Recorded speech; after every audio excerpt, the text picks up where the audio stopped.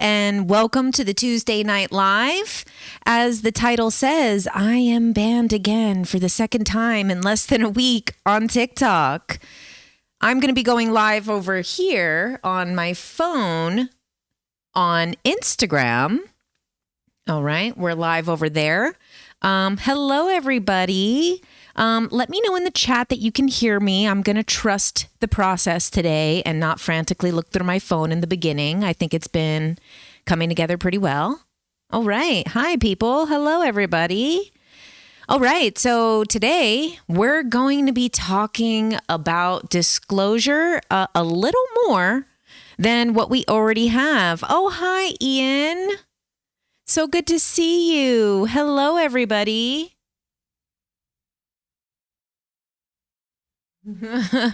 You said you were there when I got banned. I know. That's the thing is we were all there enjoying it. I guess I did get ballsy. So just to kind of give a little recap, I know a lot of you guys saw the video from last week already, but there was the Stephen Greer press conference.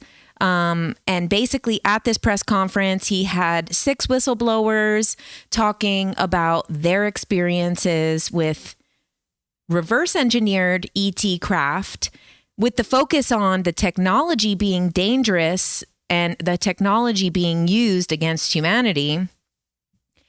A little bit of a different focus than the whistleblower from 1 week earlier, David Grush. So with these things unfolding, I was able to cover the David Grush thing wonderfully. Nothing happened to my account. Then covering the Greer stuff, and Greer is such a controversial character. When I covered Grush, it was 90% negative comments. Project Bluebeam, which we are going to talk about. I know people will leave the comment like Google Project Bluebeam. Like, dude, literally, I've already done a video explaining Project Bluebeam. Stop. And then a bunch of comments with the Grush stuff was like, oh, this is because of Greer. Then I did the Greer video after I was unbanned. So I was banned for 7 days. I was able to post, but I wasn't able to go live. And the way that TikTok is right now, that if you post without going live, they don't even show your video on the For You page. So it's not really worth it to put so much work into a video that then you can't even really promote. So when I was banned for 7 days, and on the 5th day, I happened to be like, I wonder. And then I saw that there was no red bar over my my live option. So I was like, oh, let me rush and make a video, and I'm going to break down everything that was in the Stephen Greer event. I'm going to get out my triangle, which nobody can see on this white page. I was going to get out just a picture of a triangle, just a drawing that I did. It's just some art. Some art that I've been working on. But I had my triangle, and I was like, okay, I'm going to teach about the military industrial complex and what they're saying in this stuff. Because now, at first I thought oh, what do they care about what Greer is saying? Then you threw me out with the bathwater, and now I know. So I posted that video and then went live right once it posted, and I started talking about it. I got about an hour into the live before they pulled me down for misinformation again.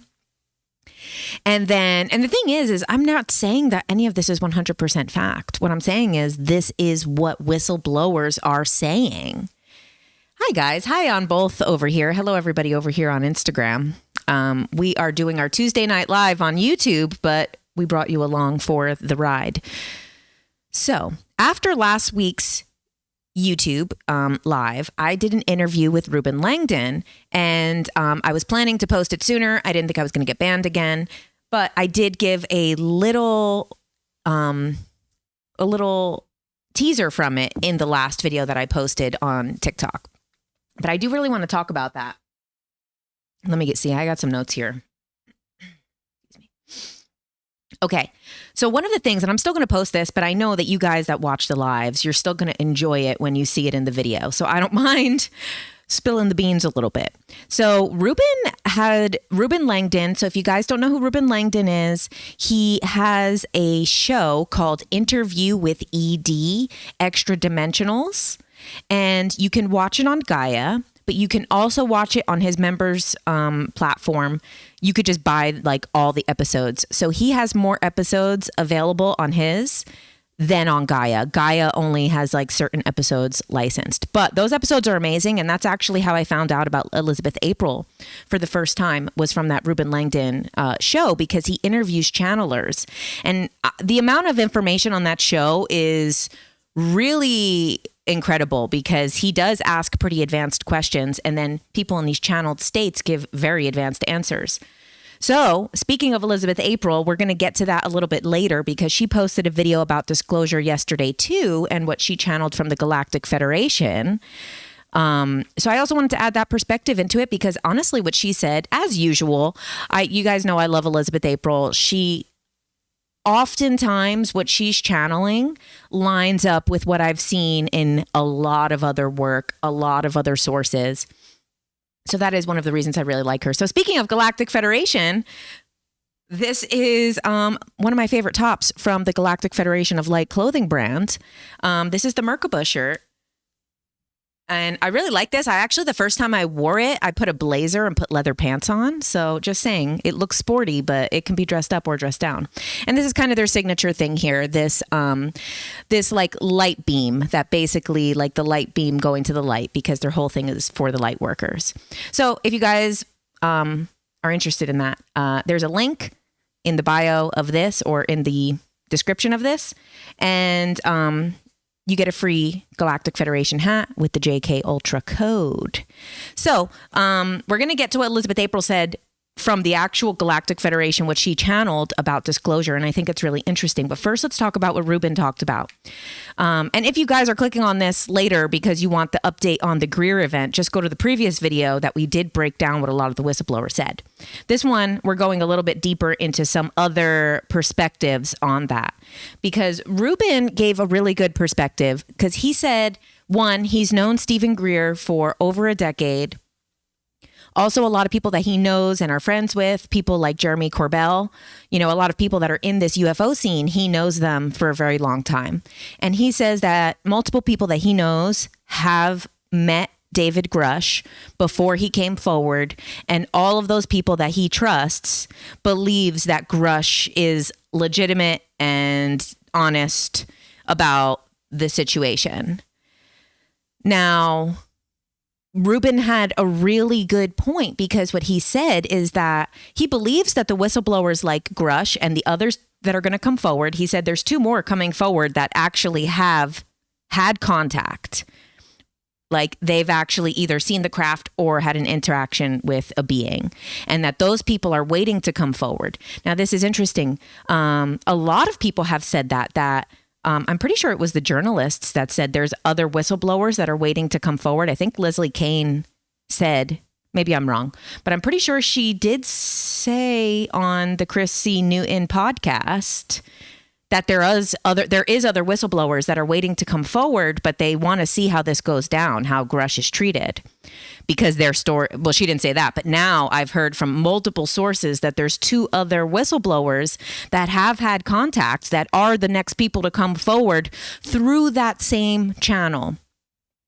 And let's go back to what David Grush said, because, okay, we have these kind of two camps. Let me finish with what Ruben said. Sorry, I'm all over the place today. I don't know why. It's warm in California out of nowhere. I think I'm overheated. But okay.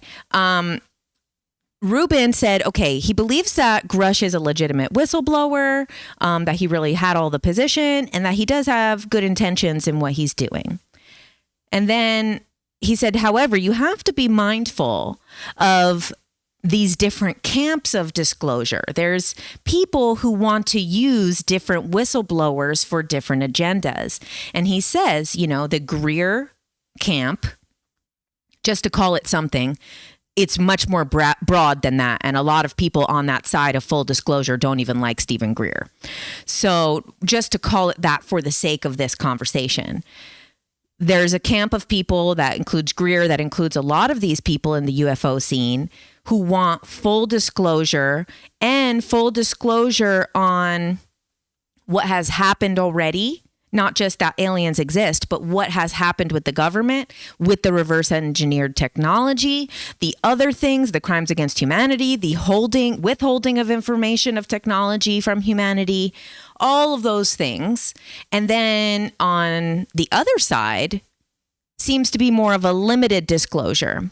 So I think that that's pretty much the biggest thing to see here. Instead of, people are kind of like saying like, and what's interesting is people were not really into the David Grush thing. A lot of like the more people who like are fighting for this and this is their life were excited. But my feeling based on the comments and the general consensus of what I got was like, yeah, the ufology people were excited because this is like validating their work. But the general consensus was Project Bluebeam. This is a scam. This is a distraction. This is not true. This is just a manipulation. This is going to lead to a fake alien invasion. This is a fear-mongering tactic. And that's important to know also because, we do want to have discernment. And that's why it's really going to be interesting when we get to the notes that I took watching watching Elizabeth April's video yesterday. And so then I just think Ruben made a really good point and I edited it down to like 1 minute. So it's going to be really sharp in the video. And basically we have this limited disclosure camp that wants to use people like David Grush and do this process of limited disclosure. We don't really know what it is. Oh, it's non-human. There's no answers. We don't know. There might be craft. There might not. It's very like, oh no. And it's dangerous. It's mysterious. It's the unknown. Then we have the other side that is like, this is not unknown. Not only do you know, you're hiding the information. These are the kind of disclosure camps that are pushing right now. However, we do want to be mindful to not just include David Grush in the other camp, even though he's being used by that camp. Because when you actually break down the information, he's not contradicting what Greer is saying at all. It's just what the media really ran with was the non-human pilots that might have been found dead or alive in these craft. And it was all about the aliens. And then, you ask yourself, what could be so bad that the government wants to admit aliens? And then we saw Greer's event, and it was about the military-industrial complex and what they've been doing to people and how they've been not only simulating abductions, committing crimes against humanity, but they're committing crimes against military personnel, first and foremost, more than anyone. Of course, they're doing stuff against humanity, but they're doing stuff against soldiers as well. And this is really interesting in the stuff that we're going to talk about that Elizabeth April brought up, because she really does always give a really good perspective that adds to a lot of the information that's already there. But David Grush has said that there's reverse engineered craft. And the reason he filled out the whistleblower information, the whistleblower complaint, is because he says it's being illegally held from Congress and government and different facets of the government. So they both are agreeing that it's the reverse engineered technology that is the crime that is being hidden from Congress and from humanity. So we do have to see that they are saying kind of the same thing when you look at just David Grush's claims. When you look at the media narrative around it, then we really understand that there's absolutely no media narrative around the Greer event, which is interesting because Greer pretty much is the most mainstream person in the UFO field. Like, that's what shocked me, that I had two bands and they tried to take down the video and then they put it back up instantly. That's the other thing that was weird that happened when I posted that Greer video and I got off the live from being banned. I had the notification that I had been banned from lives, and then I had another notification that said I violated community guidelines and that my video was removed. But then I clicked on the video and it was soaring in views. It had like 30,000 views in the first hour. So I'm like, how was it removed? And I was like, oh, maybe I'm seeing delayed views. And then it kept going. I don't even know what it's at right now, like 300,000 or something. So that's really weird because they said they removed the video, but then the video was instantly not removed. But pretty much that's all the coverage of the Greer event is people on social media. The coverage of the Grush thing was initially independent because they did go to the debrief, and I think it's great that they went independent. And then was News Nation. I don't know who owns News Nation. I don't know how independent it is. I mean, I probably should have looked into that, but I just, it's painful to care who owns what anymore. And by the way, that guy on TikTok, Cancel This Clothing Brand or something, who goes through everything and tells you who owns everything, he's doing great work. Okay. So this is the thing that's important to understand, is that even though there's a lot of different camps of disclosure right now, where some want limited disclosure, the government wants limited disclosure, other people, especially whistleblowers that have been harmed by this, want full disclosure. And they're calling on the Pentagon to hold these companies accountable, more so than, disclosing aliens. Now, let's take a look at the Elizabeth April stuff, because this was really interesting. So there was 2 videos. One was yesterday. She streamed it yesterday, and it was called Disclosure Hybrids 2050. And I was like, that's literally, you're speaking my love language. Disclosure Hybrids 2050. If something says 2050, I'm clicking. If it says 2050 or 2060, I need to know. So, because I hear a lot of stuff about that time frame. Okay. So one of the things that I just thought was so great was she had channeled this information from the Galactic Federation in 2011. Actually, you know what? I have from here this part that was channeled in 2011. I'm going to say this first part. I don't know if it was channeled in 2011 or now. I'll tell you where I know it was the 2011 channeling.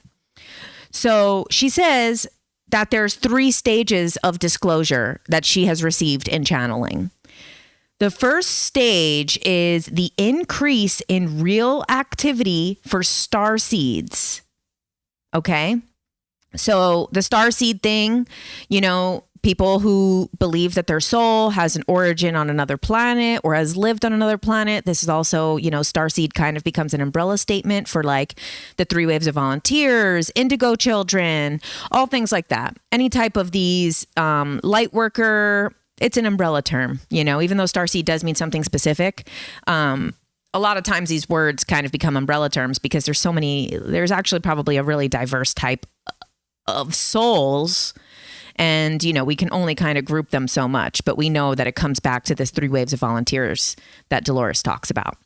So she says the first stage of disclosure is an increase in activity for starseeds. So basically people who have these connections to aliens already through past lives, through their soul family, through things like that, they're going to start having real experiences. Now that could be having a sighting. They could see something in the sky that is some confirmation for them. They could have some type of dream, something that doesn't feel like a dream that opens them up to aliens or something. So and she says these are major activations.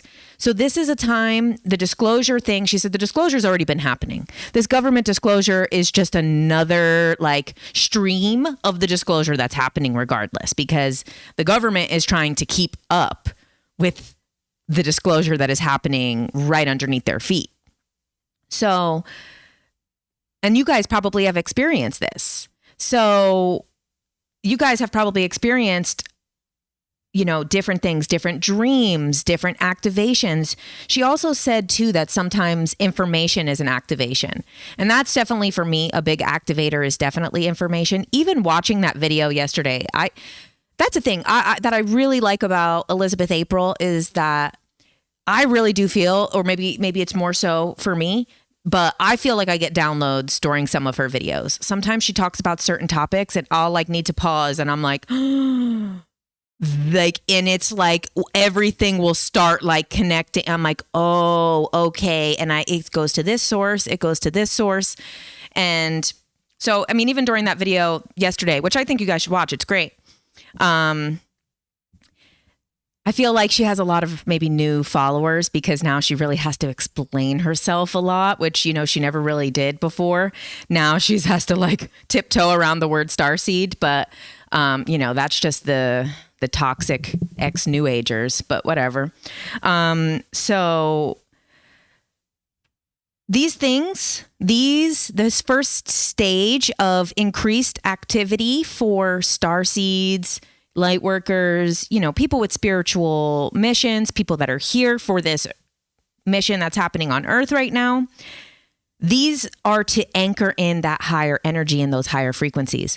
So when a starseed or someone has a UFO experience, not only does that majorly activate them, but then having that major activation anchors those, you know, extraterrestrial, whatever you want to call it, alien energies into the planet. So that's the first stage of disclosure. And I think a lot of people here have already been experiencing this for several years. You know, I really think from what I hear from people personally, it seems like since 2020, the activity of paranormal, supernormal, you know, things is heightened more and more. People are having, you know, dreams where they're like telling the future and things like that. Like all of that activity is increased. They say, according to Elizabeth April, channeling the Galactic Federation, that is the first stage of disclosure. The second stage, an increase in events of distraction. She used the word false flag. I'll use that here, but I can't use that word on TikTok. You know, I'm already in jail. And so she does bring up Project Bluebeam. And she says that not exactly the fake alien invasion, but the fake ships and the holograms of ships and the staged events to steer the narrative.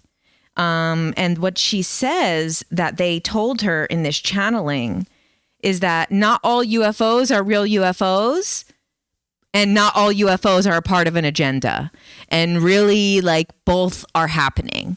Some are real and some are not. And then I went actually back to one of her other videos, and I have notes from that we'll go over. I went back to her video, which was right after the Conscious Life Expo, where she talks about those 3 UFOs that got shot down, because we see this now looking back from February. This has been an accelerated narrative that has been pushing all year long more rapidly than it has in our lifetime and even beyond. You know, obviously the 90s was a big pop culture alien time, but we weren't getting this type of stuff from the government.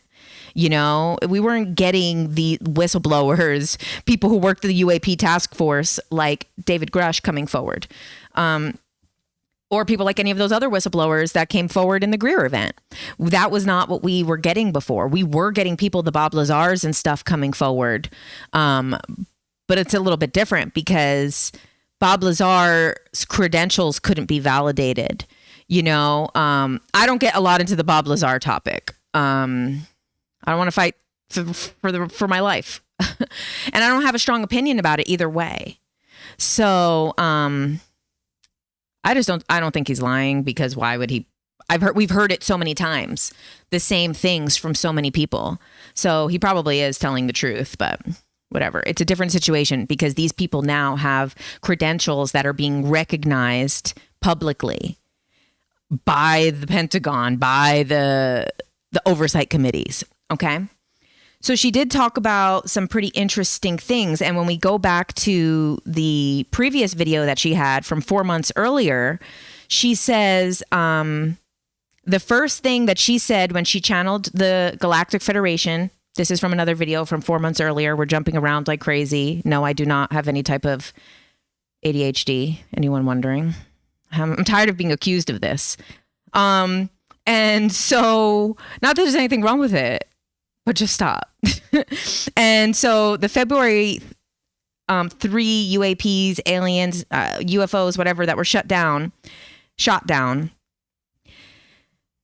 She said when she channeled that information, the first thing that came through was this Pleiadian entity who works with the Galactic Federation, and said that was not one of ours. And basically said that they're trying to get a control over the narrative before it gets out of hand. That disclosure is already happening. It's not happening through the government. It's happening through the people. It's happening on social media. It's happening in real life through sightings. It's happening in real life through people having the experiences, abduction scenario stuff. Also, because we're jumping back to that February 3 UFOs that really started this narrative, and really kicked off this accelerated agenda. So that happened during Super Bowl weekend. And you guys that were watching the lives then also know that literally everyone in ufology was at Conscious Life Expo completely distracted. So all the UFO and alien people, Linda Moulton Howe, like literally everybody was there. And then every normal person was watching the Super Bowl. So she said that they told her that they do want to start off with the light news. So they're lightly putting it into the news, but they were putting it at times that it was not going to be the biggest news, because I don't know who the Super Bowl show was. I don't know, maybe Beyonce or J-Lo or someone like that. Though that's bigger news. So the other thing, and the reason I jumped to this other video, because her second stage of disclosure was the increased of distraction events. And that's why I went to this other video, because she said, oh, now this is really, really good. They're going to freaking try to take down my whole TikTok for this. So according to this Galactic Federation channeled message about these 3 UAPs in February, they said that part of this is to make military personnel believe that it's true, that these are not UFOs, these are not alien related, these are completely government, and that these are agendas to trick military personnel, that it's not the focus on the general public. These events are to trick the personnel, and then those people are going to start coming forward. And that's how they're kind of doing the controlled agenda. They're showing these people, allegedly, our craft. It's completely under control. They know what the person saw. They know what it's capable of. And then these military officers come forward and report their experience, and they 100% believe it's a real experience. So that's the other thing too, is all these whistleblowers coming forward, they do deserve the respect. They're doing something that's very brave, very courageous, regardless of whether they're coming through the mainstream media camp, which wants limited disclosure, or they're coming through the other channels that are more suppressed information. I think the whistleblowers are real. And I think, talking to Ruben, he made a really good point about that. Is a lot of these whistleblowers have been around people with the other whistleblowers and stuff, and they are legitimate. It's just that how they're being used. And then this thing that Elizabeth April is saying is that these are events that are sometimes targeted at the military personnel so that they do come forward and that they do file the UAP paperwork and then start pushing the agenda that way. Now we're going to get to the third part of Elizabeth April's 3 stages of disclosure that she had channeled. And she says that the third stage is real activity and false activity will both essentially lead to people acclimating the information of extraterrestrials and extra dimensionals and everything existing. So the third stage is basically whether the UAPs are sometimes government or sometimes alien, and we don't know what's true. We don't know which ones are right, which ones are not. In the end, both are essentially leading to acclimate people to the idea. So she also said, okay, so now let's get into the part where she said she channeled this in 2011. This for sure, I know this part after here was not recent information for her. So in 2011, when she channeled the Galactic Federation, she said by 2030, the year 2030, that there was going to be mass acceptance of aliens and that UFOs will be known due to whistleblowers and undisputed evidence. That by 2030, and so in 2011, they told her that by 2030, that was going to be the timeline. However, she said that there will still be people, even in 2030, who deny it, that they just will not accept it. She said some of it might be religiously inclined to not believe it. Some might be kind of so on the conspiracy side that they don't believe it, that they still think it's an agenda, but that those people are kind of not going to be the mass of people who just do know and accept and believe it. So then she said between 2030 and 2050, there's going to be increased physical contact in physical reality. And she said this is different than a lot of the interdimensional stuff and things like that people experience. She said that there's going to be craft and beings over the course of those 20 years, events that happen that involve physical reality with these beings. And this validates it in our world as a real thing. Now, I thought that was really interesting. What she said about this was that there was a series of events. And we also know Linda Moulton Howe said the same thing about what's coming for disclosure in the insiders that has told her that it's going to start with a series of events, and eventually they're going to say that they found a biosignature in space and that they're going to kind of start validating life outside of Earth through those discoveries. And what she said was a series of events leading up to. What's interesting, Elizabeth April said, and this channeling, series of events. And she explained that it's not going to be one event. They said it very clearly. There is not going to be like one big opening, one big grand event that happens. And she said because a grand event is more likely to have a catastrophic event result, where a grand event could completely collapse society. But a series of events continuing on, and then another 20 years of these events in physical reality happening. Now, that they say is like a safer acclimation into disclosure. Now, let's flip back because my notebook has been full. And this is a new notebook. Okay. So then let's go back to the Stephen Greer interview with Billy Carson that he did in the beginning of his conference. So as you know, he did the press event on June 12th. That was a Monday. But the whole weekend, he did basically kind of like a Contact in the Desert or Conscious Life Expo, but only of his own people and their stories. So he had 6 whistleblowers come forward in that press conference, but the whole weekend before was a private or paid event, if you wanted to join online, that had all the other whistleblowers. So I didn't watch the full entirety of it. However, when they kicked off that event, they did a live stream on the Friday afternoon before the conference was really starting. And Billy Carson and Stephen Greer did an interview together talking about disclosure. And one of the most important things, I think, in relation to what we're talking about right now is that Greer said, here it is. Greer said that there has been a clock put on disclosure and that there's basically, once again, he's saying 2 groups in the government. So it's funny that people are kind of saying 2 groups of disclosure, but then he's kind of saying like there's within the government, there's 2 groups of disclosure itself. So, you know, we don't just have 2 groups. We've got each group breaks into how many other groups.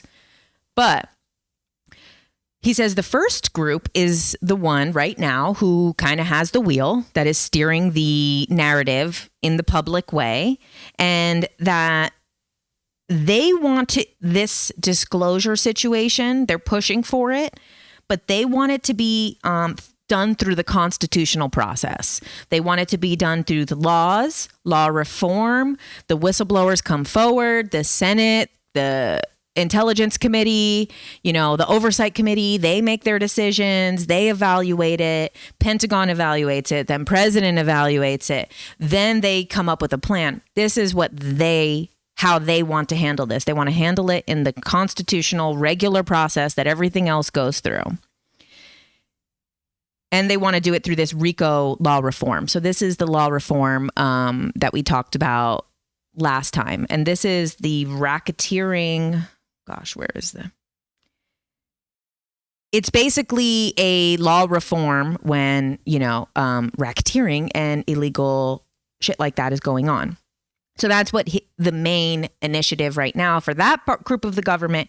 And also Greer is very much about that RICO law reform as well, because Greer is pushing for this to happen in a constitutional way. If you watched his conference, he is doing a call to action for Congress. He had a list of recommendations of how he thinks Congress should handle this, a recommendation of how the budgets should be affected by this. So it's not like Greer is, wanting an anarchy disclosure. He wants that government disclosure as well. But then he says there's a second group within the government. And this second group is the special operations community, people within the special operations community, that they're fed up and they're going to do it themselves if it doesn't work quick enough. And now that's what's interesting is that kind of brings, now this is what I was talking about when I got banned on TikTok, but it brings me also to kind of like, the cosmic disclosure people on Gaia, people like Randy Kramer, and I know he's another everyone in this field is controversial. Like, get over it. If you like spirituality and conspiracies, get prepared for every single person you like to be on the, getting crucified for everything, and not saying everyone is 100% good or 100% bad, but it just is what it is. Everyone is villainized in that field. So Randy Kramer, another controversial figure in that space, but, he has talked about many times, season after season after season, every time, especially in his early episodes, because he was asked the question directly and answered it directly, that he was made to do this by his brigadier general. And I don't, I'm not in the military. I don't know what groups have brigadiers. I don't know. But this is what he said, that was the person who instructed him to start speaking publicly, and that he still works for the government. He still gets a paycheck, and that his job was to go to these targeted groups. Something like Gaia is behind a paywall. So if they go to something behind a paywall, it's only getting to the people that are willing to spend $18 a month for that information. So it's not just like spreading out everywhere, but it spreads to people like me, and then I spread it to you guys. So, they're looking, that's what part of that disclosure is, because he's been talking about that for as many years as he's been on the show, saying that the disclosure is coming because the people in these secret operations don't have the bodies to work anymore. And they need to come out of the shadows because they don't even have enough people, enough personnel. And also they need to move on. And then we also have this whole white hat concept.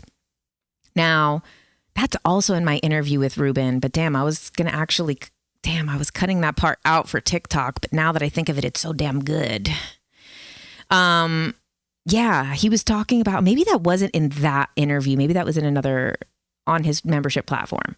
But he talked about how a general came to his house like over 10 years ago, decked out, full naval intelligence, naval uniform, and all of this, comes to his place. I know I'm butchering the story, but he basically says that a friend invited this guy over and that this person had told him, like, we're aware of what you're doing, that we like what you're doing.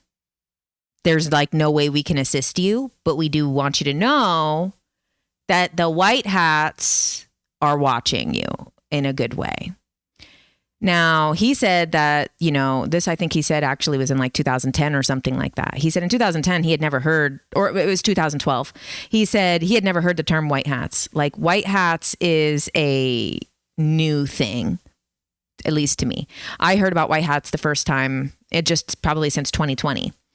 And now it's kind of a thing. And anyone who doesn't know what the white hat thing is basically this concept. Also, this clothing brand, Galactic Federation of Light, they have a shirt that I think says White Hat Army on it.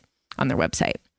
And so the white hats are kind of like these people in the government that are kind of like covertly good and want to make the change from within. You know, the white hats are kind of, you know, people that they claim are these people who do work in these groups, in these governments, in these think tanks, in these things like that, that they are secretly being compelled to do the right thing and to lead people to information that they need. So I think that's, you know, also another interesting story, because it kind of, a lot of it is starting to tie together with these things where we have some of these people who've been coming forward, some of these secret space program people that claim that they were kind of told to come forward. And speaking of cosmic disclosure, obviously you guys all know Tim. And so, as you know, Tim and I are doing a show together on YouTube. It's called Ultra Tactics. How cool, right? So we recorded all the episodes, and it's going to be so great. You guys are going to freak out. We did an episode. The first episode is about the white light soul trap versus the soul reincarnation. By the end, we're not giving you what to believe in, but that's a big one. That's a big topic. It was a topic that honestly kept me up at night if I wanted to talk about, because, you know, I hate the white light soul trap concept, and I'm not a big believer of it. And even after, I don't know. However, so we did that. That's one of the episodes. That's going to be really exciting. We did a hybrids episode. We did an episode about like disclosure through movies and TV and predictive programming. We did, there was an episode. So we do half on my channel and then half on Tim's channel. And for that white light soul trap episode, we talk about that on my side of the show. On Tim's side of the show, he talks about the reptilian installations. Okay, so you're going to want to watch that. But anyway, we recorded all these episodes. We have like 6 or so because we're going to have our first season. But then all this disclosure news started dropping like crazy after we finished recording it.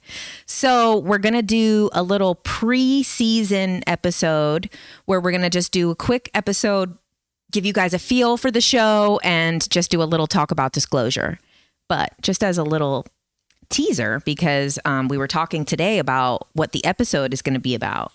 And one of the things that I, learned today, which is going to be really, really interesting because Tim's going to get more into it on the YouTube episode, but how this information has been suppressed in Europe. Oh, thanks, Roger, for the super chat. Is there a Greer, Dolores Cannon, deeper consciousness connection?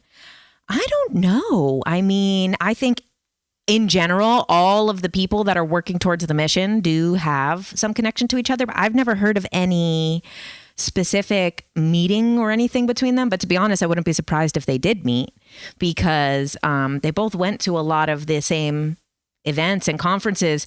And Dolores was like the main hypnotist for like MUFON for years. And then she stopped working with MUFON, but she worked at MUFON for a very long time. And she was a big person studying the abduction phenomena, as they call it.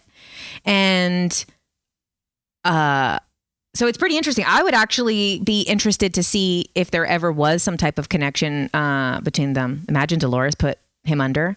I cannot wait till I get to, and I already know it's going to happen. It's not in the books yet, but I already know it's going to happen. I'm going to get to interview Julia Cannon, Dolores's daughter. I know it's going to happen one day, so I'm not even worried. But gosh, I don't even know if I'm going to be able to get through all my questions. I want to know if she ever put like a bunch of these people under. I want to be like, okay, who are the top people in the spiritual and alien and conspiracy communities that Dolores put under hypnosis? Please let us know. Anyway, where was I?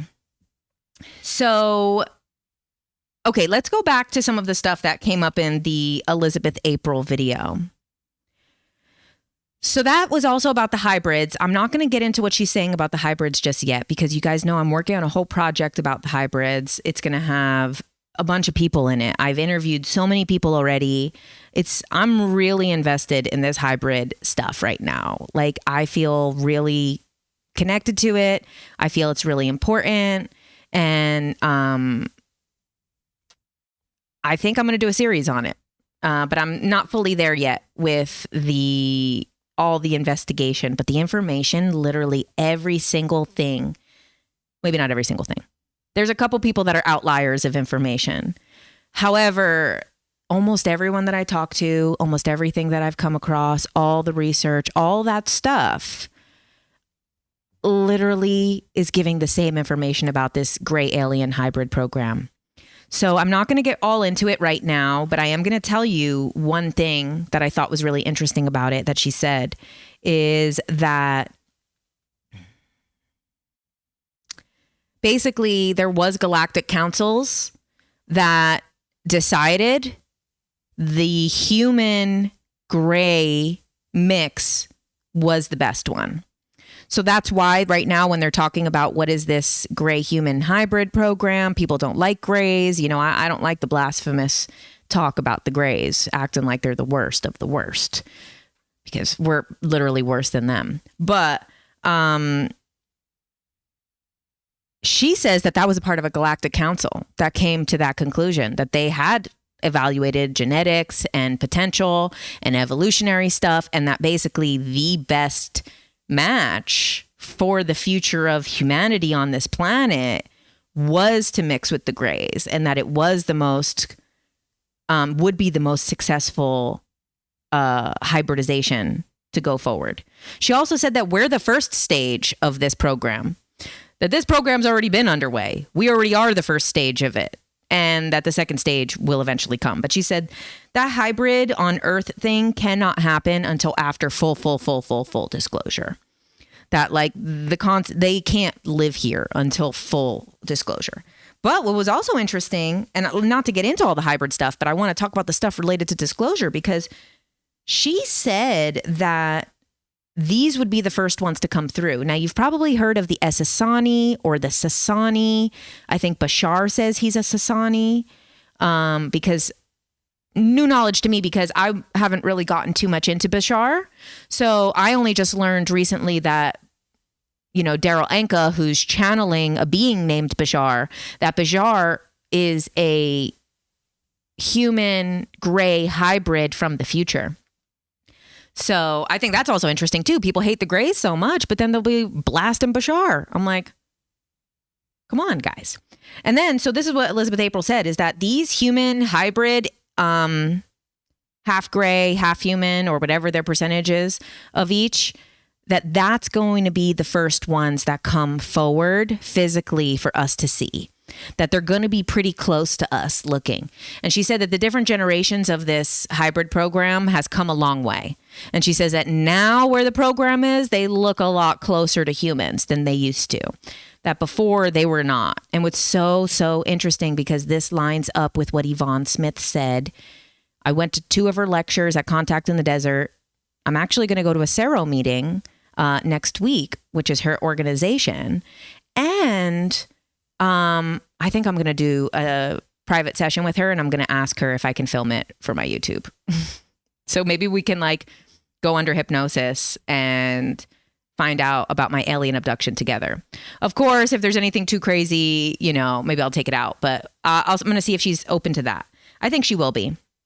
But all of the things that she has for the last 30 years put together about hybrids literally lines up with the same thing. So Elizabeth April said that the early generations of the hybrids, that they really wanted the hair to look good because they feel like that's like something that's really important in our society, which it is, obviously. Our hair is a big part of us. And also they feel like it makes it more human to have hair. So that they had been working, a big part of the program was to make the hair look good. And what's so funny is I have heard this from abductees, contactees, people who put them under hypnosis, people like Yvonne Smith, Dolores Cannon, now confirmed again, Elizabeth April. I've heard this time and time and time again.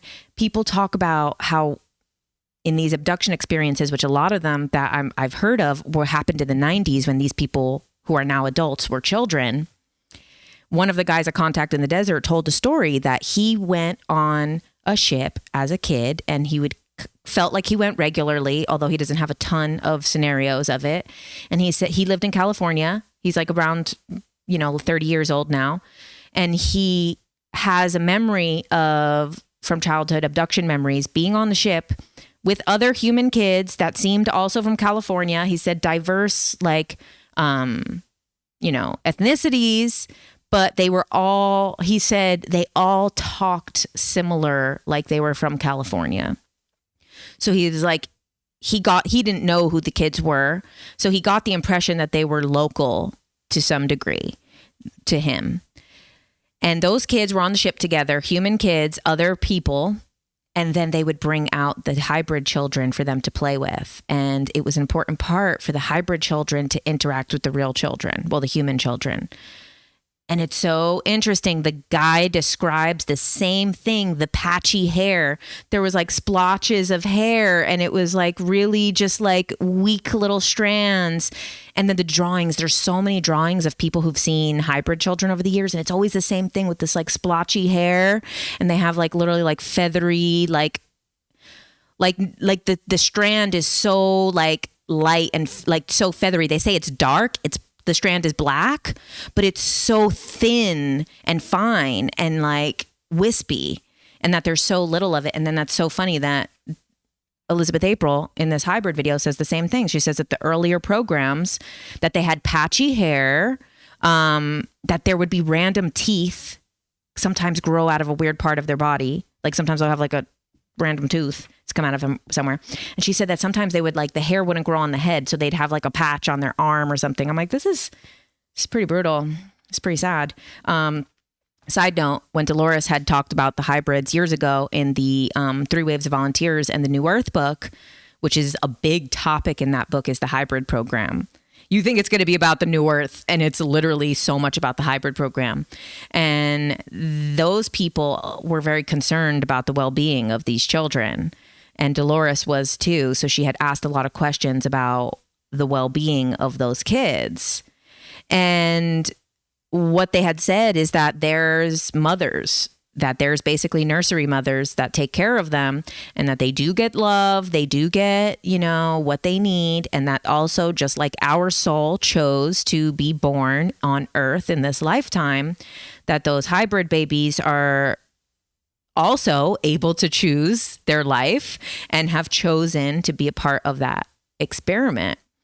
So the same way that someone involved in the program through abductions, according to most, Elizabeth April, Dolores Cannon, a lot of people say it's an agreed upon experience, that there is no breaking of free will, that this is usually a hybrid program that people have been doing for many generations in that bloodline, but also past lifetimes, in the future, in the past, that they will incarnate and agree to have their, ovum and their sperm taken for this program. And a lot of times, even more interesting, damn, where did I hear this one? Shit. I can't believe I don't remember where I heard it. It must have been Dolores Cannon. It must have been that same book, the 3 Waves of Volunteers, where one of the people, it must have been because the person was under hypnosis, and they found out that actually in one of their past lives, they, like, even though she's a person now who was experiencing these abductions, phantom pregnancies, that then there was no baby, feeling like the baby was taken or something. She then, under a regression, saw that not only had she been involved in this hybrid program in her past lives as a human, she also, when she's not incarnated as a human, is working as one of the scientists in this program, in the galactic. So you really don't know. Now then, Yvonne Smith, who's been doing this work for 30 years, she does similar work to Dolores Cannon, but it's not past life geared hypnosis. It's hypnosis for retrieving abduction memories. She was, her mentor was Bud Hopkins. So she came into this with all the knowledge, with immense knowledge when she started 30 years ago. So Yvonne is really like a trailblazer for the topic of all the stuff, abductions, hybrids. Now, when I asked her, I do have that interview that's going to come out eventually. I got to put all the hybrid stuff together in a series. I asked her if she believes that it's agreed upon before incarnating. And I respect that her answer was she would never tell that to anyone. She said she's been told that, but she's also had people under hypnosis that have said absolutely not, that it was not agreed upon. And they truly believe that it's not. So she would never dismiss that experience and say that they did choose it. So I thought that was pretty good, you know, with her work that she does, that she keeps it neutral. And she said she can't decide for anyone if that's their truth, if that's their scenario. So let's see. What else? Last things about disclosure. Oh, yeah. Let me show you some stuff. Okay, so you guys know Cassie, right? You guys know Cassie Cohen. She does the Ashtar Command stuff. So I've talked about her before on the lives. You guys probably know about Ashtar Commands. This is something that was really big in the 70s. It was a big channeling movement. And we've talked about this before, but Cassie, when she was in a sorority in college, and then during the lockdowns, she had come to the realization, of course, this is a very summarized version, that her grandmother, Tuella, was the main channeler of Ashtar Command, and her family had basically hidden this information from her because they didn't want to do it anymore. They didn't want anything to do with it anymore. And because her grandmother, who had been the channeler, had passed, the family didn't continue that on. So the Ashtar Command, she's carrying that on now. And she sent me some really cute stuff, and she makes jewelry. So I want to show you guys. I haven't opened it yet. And let me see. I'm going to take a look at the chat while I'm doing this too. Who needs to watch the American Horror Story double feature? You say a guy gets pregnant in the show? Okay, so super cute. So as you guys know, I mean, maybe not always, but I do wear a lot of like black and dark colors and stuff. So she made this. Hold on. Let me show you here.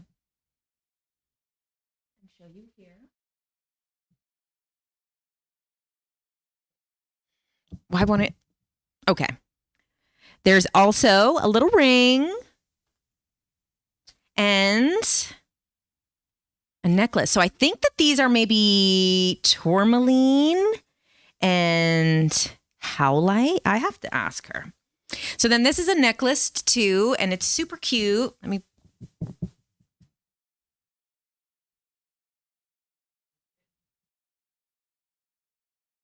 I'm doing this because I love her. This is not an ad because I'm doing it terribly as an ad. But if you guys are looking for crystal jewelry, go and support Cassie because she is living her adventurous life. She's following in her grandma's footsteps. She's putting out the Ashtar Command stuff, continuing her family's story. And she's living that nomadic life on a mission of self-discovery. So make sure you go and support her. So it's Gemstone Hippie Co. Gemstone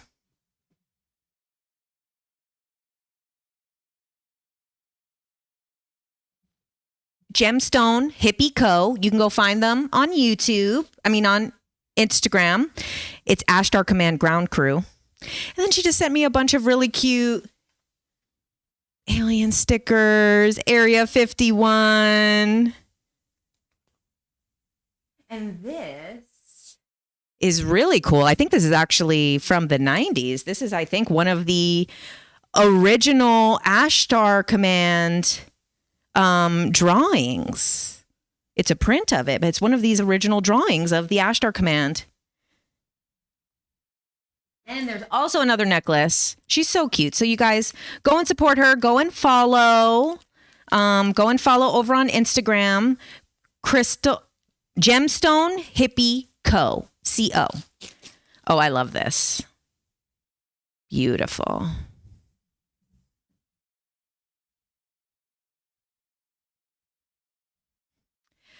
So make sure you go and support her because she's living the dream right now. And that's not easy. It's not easy to live the dream and follow your passions. I like that it's a necklace and a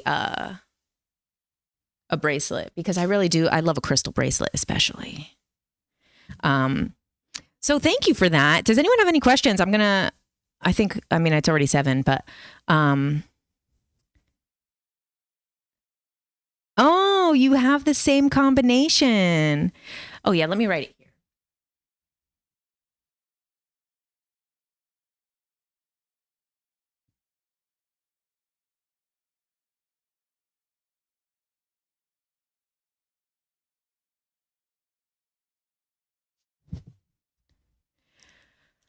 You're bringing up the CE5. I think that's another interesting thing to talk about with the Greer topic, because the fact that Greer is the one who put forward the CE5 stuff, which is Close Encounters of the Fifth Kind.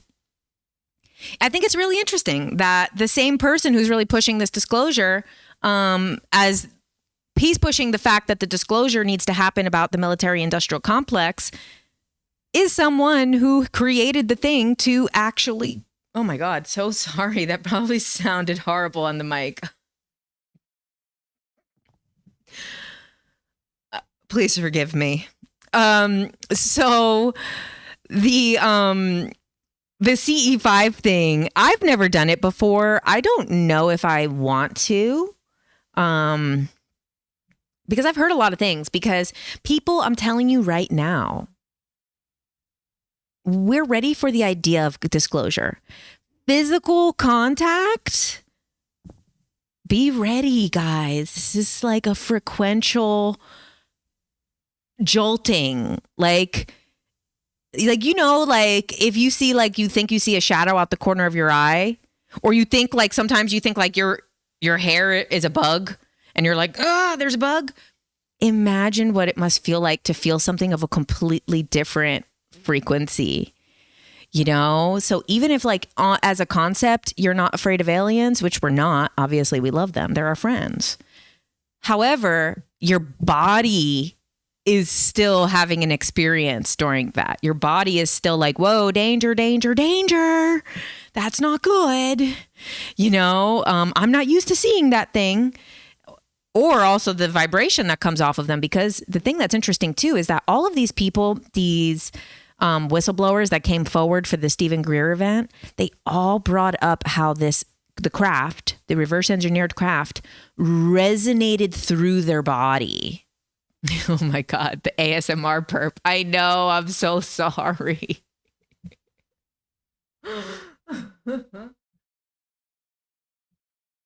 Oh, okay, cool. Someone over here on Instagram, CE5 Global Events, says it helps to regulate you to those frequencies. That's a good perspective, which is probably good too, especially for, the people who are going to be the trailblazers of disclosure, for them to be exposed to those frequencies.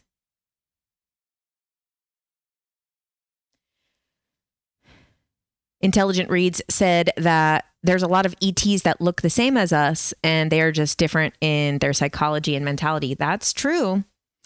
Although I am not convinced that the Pleiadians look like they show us. I feel like that's a little suspect. I think that they show us something that is very appealing, because I don't know if they actually look like that. But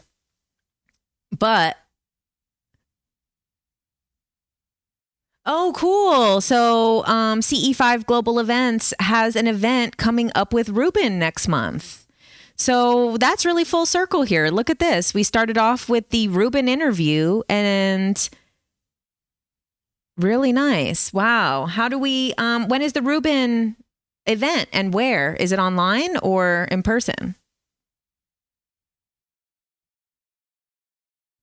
Yeah, so when it becomes the fifth kind, that's a human initiated contact. And of course, I say this every time that I don't have them in front of me. I should just look them up before one of the lives. The second kind, I think, is seeing an object in the sky. The third kind is contact with an alien. The fourth kind, like the movie, The Fourth Kind, is an abduction. And then the fifth kind is a human-initiated contact.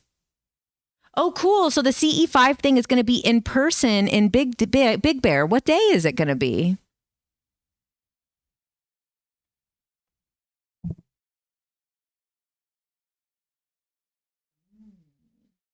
Interesting. So there's different types of CE5 is what you're saying over here in the chat, is that you can do hypnosis to call in different types of energies.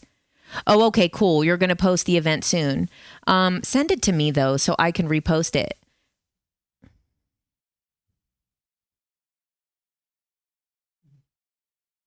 You're saying you can't believe you agreed to incarnate this time. This is the best time on earth. This is the most fun we've ever had as humans. Why doesn't Dolores Cannon have a Wikipedia page? I don't know, because they're haters.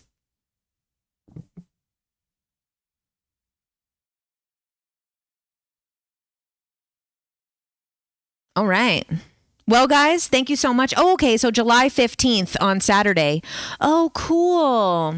I may or may not be in California that day. I might be traveling, but it's still up in the air. So if I'm not, I actually might want to go. That would be really cool.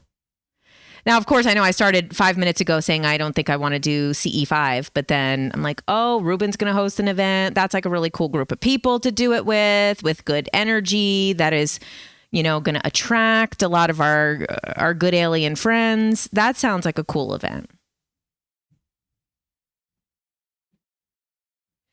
Okay, guys, thank you so much for being here on this Tuesday Night Live. Oh, and I'm sure you guys have heard because you follow me on the other things, but did you see that Stephen Greer also heard about me getting banned on TikTok and talked about it?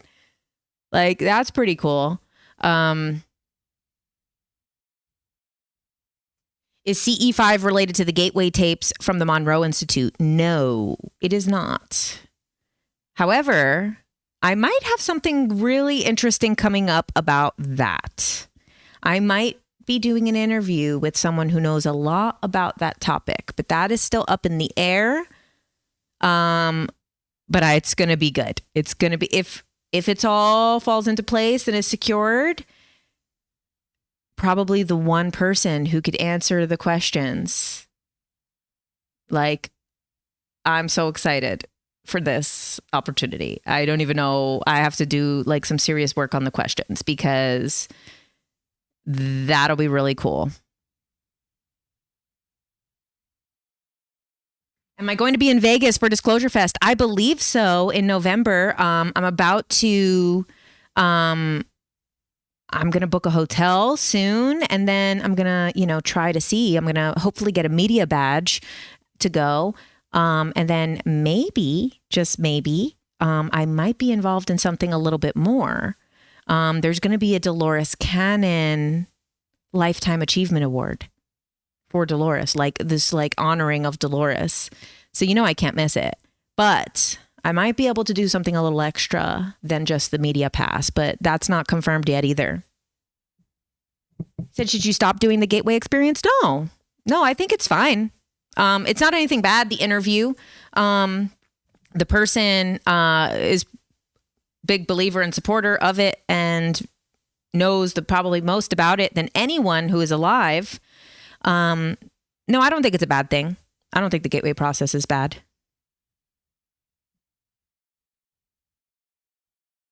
I love that. Skin Lyra said, when he talked about me, she said, okay, he knows the players in the game.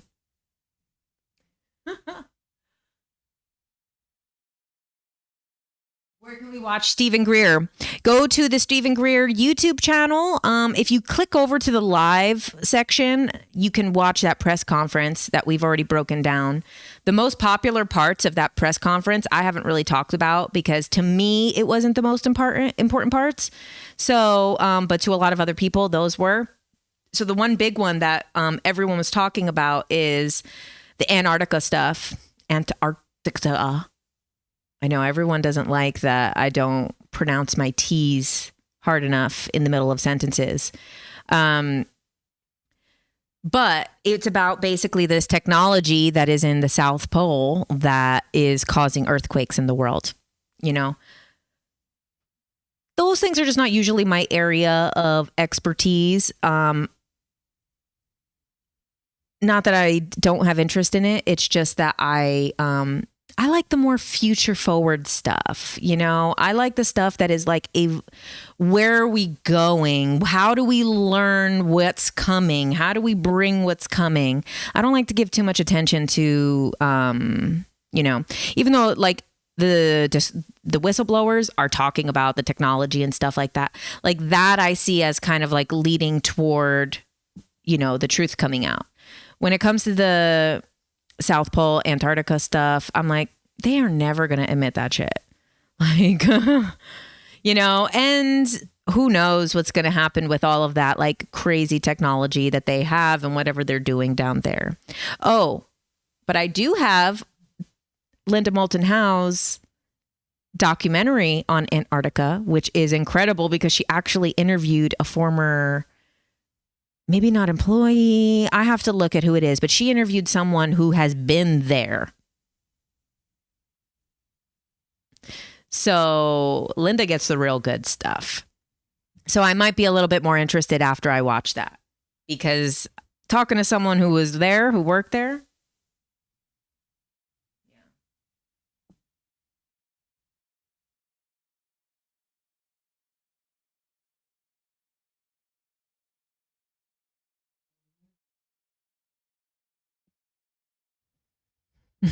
I know, Natasha, you said it's a Jersey thing. I know. I didn't realize it was such a problem until I got on TikTok, actually. And then did a whole series about Dr. Michael Newton.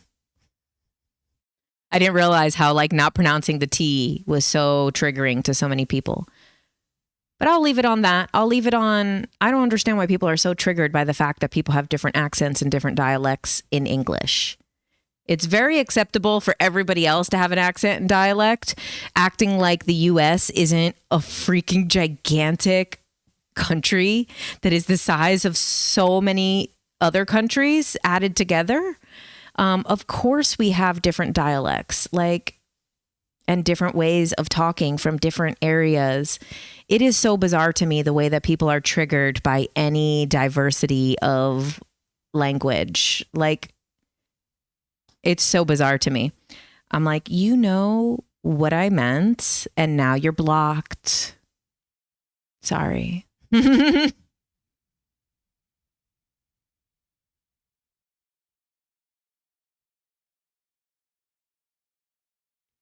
is the documentary? I have a DVD of it. I don't know where it's available, but I'll find out. The Linda documentary.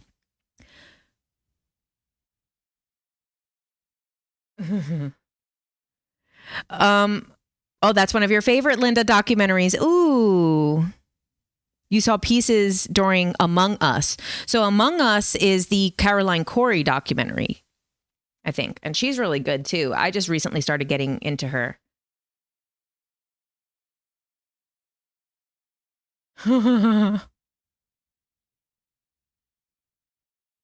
Harry. Oh, Amazon Prime. Yes, you're right. Okay, it's available on the Earth Files website, so you can get all the documentaries there. Perfect.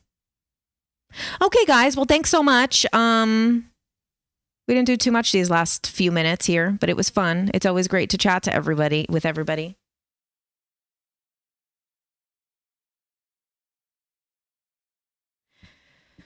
All right, guys. Thank you so much. My last thing that I'll say, because someone is asking it in the chat a bunch of times,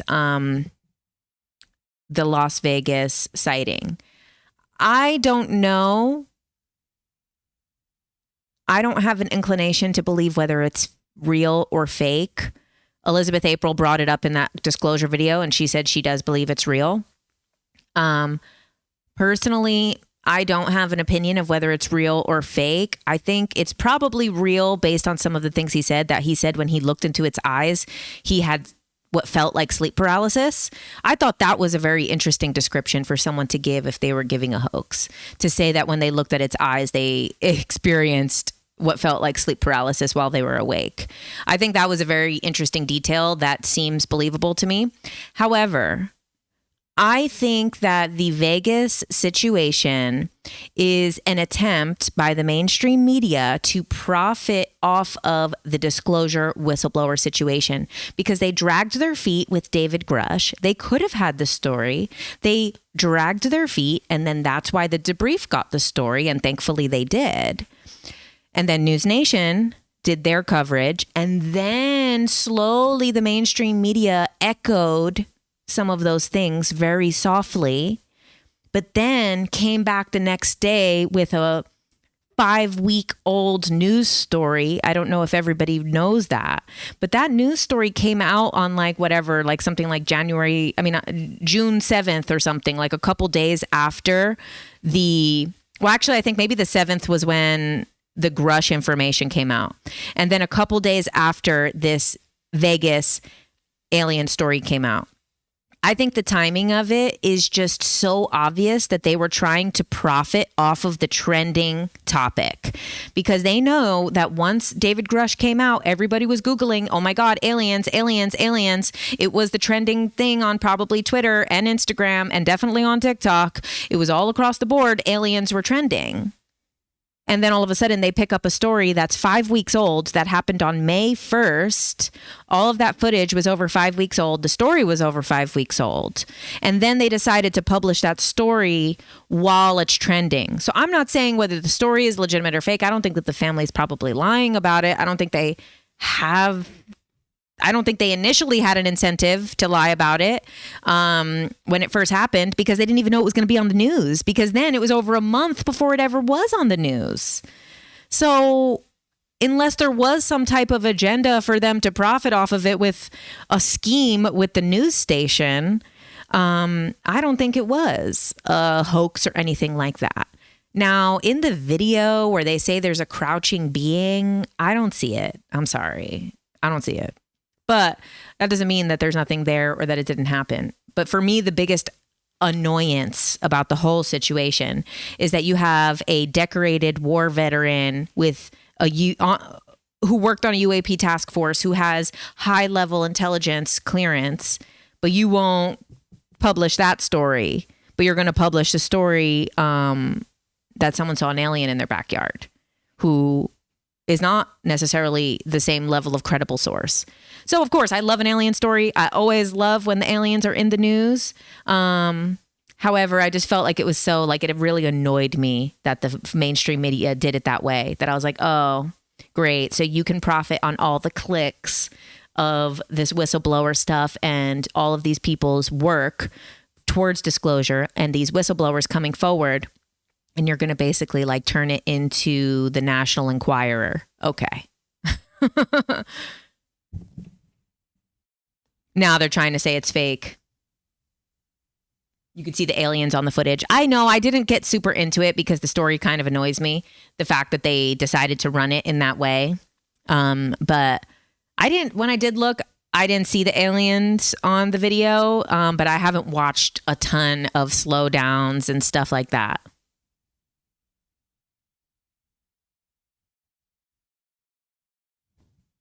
Yeah, that's interesting. You said it's behind the forklift. That is what he said in his own thing. He said that he looked past the forklift and he saw the being, and that's when he experienced the feeling of sleep paralysis.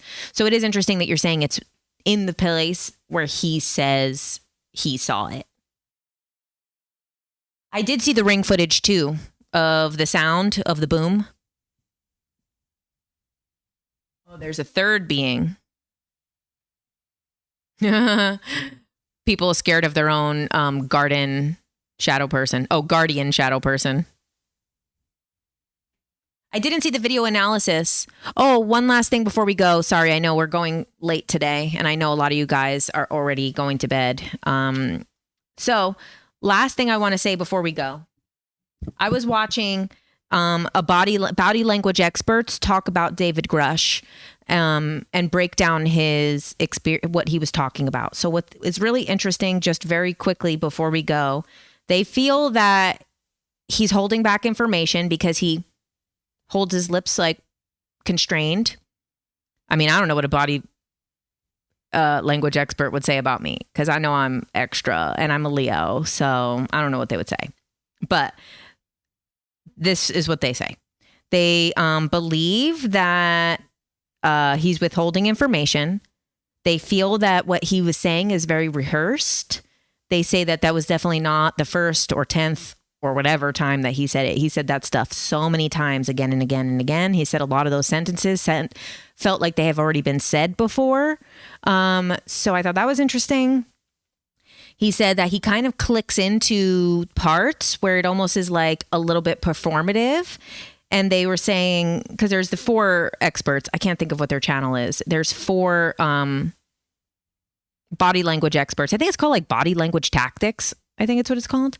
And they say that he kind of plays a little bit of a role at times, but it's not like an actor pretending fully. It's like a hero role. So sometimes he kind of clicks into a hero role where what he's idolizing is some like moral thing.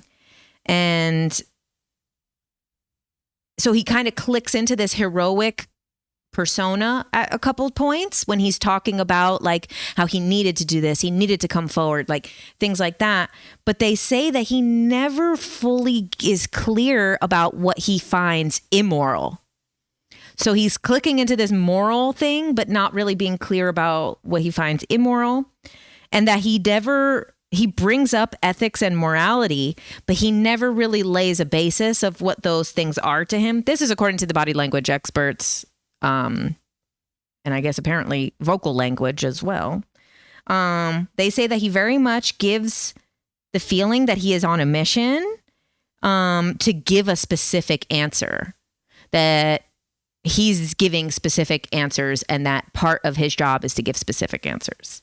And they also said it's very clear that the way he is presenting the information is to elude to aliens, to some other beings. And he, even though won't just flat out say it, he sort of does say it, but he doesn't still flat out say it.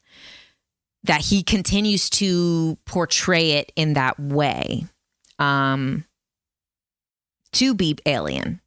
Okay. That was what they said. They said a lot of stuff. I didn't watch the whole thing. I only watched a portion of it. But anyway, guys, thank you so much for being here. I appreciate you so much. It's just my Scorpio rising. It's true.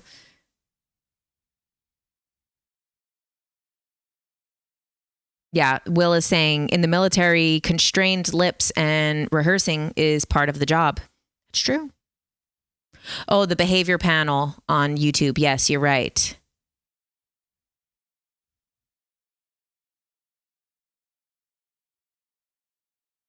Mm-hmm. Okay, guys. Well, thank you so much. And I will see you next week. Oh, I think next week, I'm going to have a guest.